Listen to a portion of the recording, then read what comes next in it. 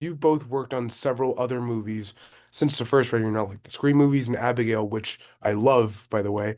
Um, Thank you. were there any filmmaking lessons that you took from those other movies that you were able to apply to Ready or Not too?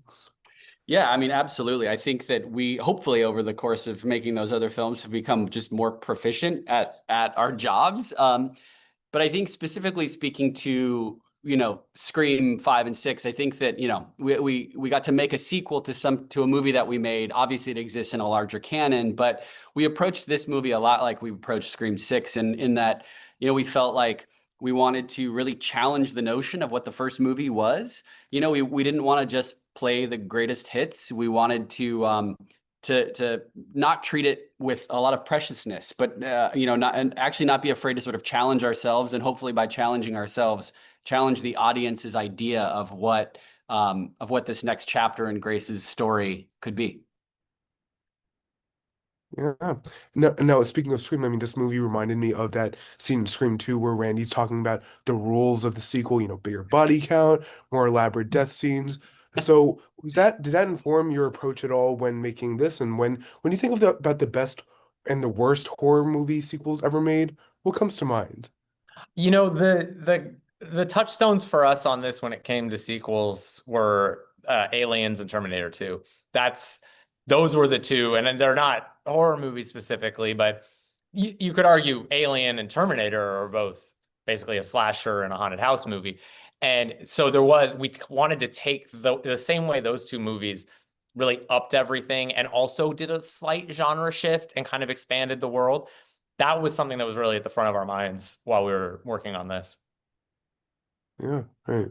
No, do you guys have like the favorite horror movie sequel ever? Favorite horror movie sequel ever? We love Scream 2. Psycho 2's pretty great. Yeah. Yeah. Scream 2 is great. Um, I'm surprised we haven't been asked this and we haven't. I mean, look, yeah, I think I would consider that T2 and Aliens are both horror sequels. They're horror adjacent for Yeah, sure. yeah. Yeah. Oh yeah, no, there are some really good ones there. Now, speaking of, I mean, you mentioned that like this movie is bigger, and it felt like it because I feel like you guys might have had like a bigger budget, I think, than the original Ready or Not. So I was wondering, I mean, do you prefer working with these larger budgets, or is there something that's about having these limited resources that sort of encourages more creative solutions? Well, I think that this one was actually also very limited. And in no way like a big budget movie. And I think part of that is, comparatively just the ambition was also much grander with this movie. So we've sort of said many times that this is the hardest movie we've ever made because it felt like our ambition and what we had to achieve it were just like at opposite ends of the spectrum. And I think that, but what I think you're saying is it's 100% right. For us, when you're pushed to really to really sort of decide what the most valuable elements are and what to include and what to get rid of.